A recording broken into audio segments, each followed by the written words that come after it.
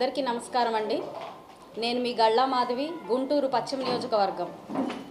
ఈరోజు ఆంధ్ర రాష్ట్రాన్ని మనం చూసుకుంటే గడిచిన 5 ఏళ్ల జగన్మోహన్ రెడ్డి గారి పాలనలో రాష్ట్రం అస్తవ్యస్తంగా తయారయ్యి అధోగతి పాలయ్యి ప్రజలు ఏం చేయాలో ఎటుపోవాలో తెలియని అగమ్య గోచర స్థితిలో ఉంటున్నారు. ప్రతి ఇంటికి ప్రచారంలో భాగంగా ప్రతి ఒక్కరిని కలుస్తున్నప్పుడు ప్రతి ఒక్కరూ కోరుకుంటున్న ఏకైక అంశం ఈ అరాచక పాలన, ఈ అరాచక ప్రభుత్వం ఎప్పుడు మన రాష్ట్రం నుంచి వెళ్ళిపోతుంది, ఎప్పుడు మన తెలుగుదేశం పార్టీయే మన రాష్ట్రంలోకి వస్తుంది, ఎప్పుడు ఈ కూటమి గెలుస్తుంది, ఎప్పుడు మన ఈ రాష్ట్రం అభివృద్ధి చెందుతుంది అనే ఏకైక ఆకాంక్షతో ప్రజలందరూ ఎదురు చూడడం నేను చూశాను.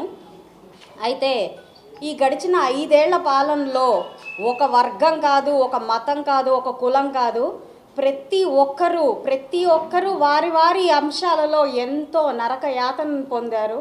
అందులో ఒక యువతను తీసుకుంటే ఈరోజు ఆంధ్ర రాష్ట్రం మొత్తం గంజాయితో, డ్రగ్స్తో నిండిపోయింది.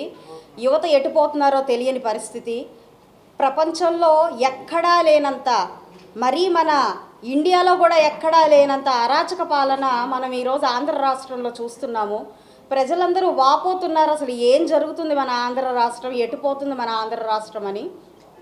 ఉద్యోగాలు లేవు, పిల్లలకి ఉద్యోగ అవకాశాలు లేవు, ఉన్నత చదువుకుని కూడా ఎటుపోవాలో తెలియని పరిస్థితుల్లో ఈరోజు మన యువత ఉంది. ఆ యువత కోసం తెలుగుదేశం ప్రభుత్వం ఈరోజు ఎన్నో పథకాలని వారి కోసం ప్రవేశపెట్టింది.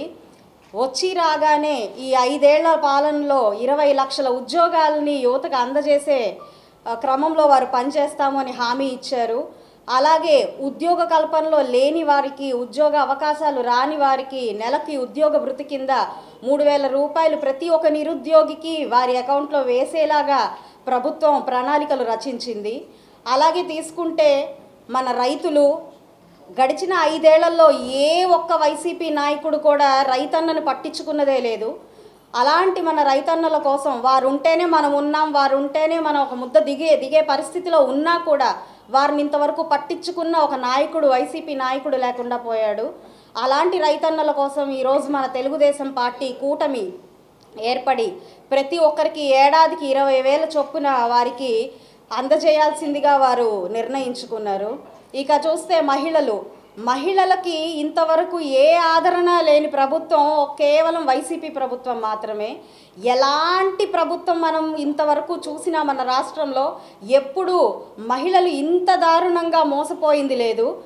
అమ్మఒడి అని 15,000 ఇచ్చి వారి వెనకాల నుంచి వారికి ధరలను పెంచి కల్తీ మద్యాన్ని ఇచ్చి వారి ఇంటిని అస్తవ్యస్తంగా, వారి ఇంటి యజమానిని బలి తీసుకుంటూ వారి ఇంటిని రోడ్డు మీదకి లాక్కొచ్చిన పరిస్థితి మనం చూస్తున్నాం ఈరోజు.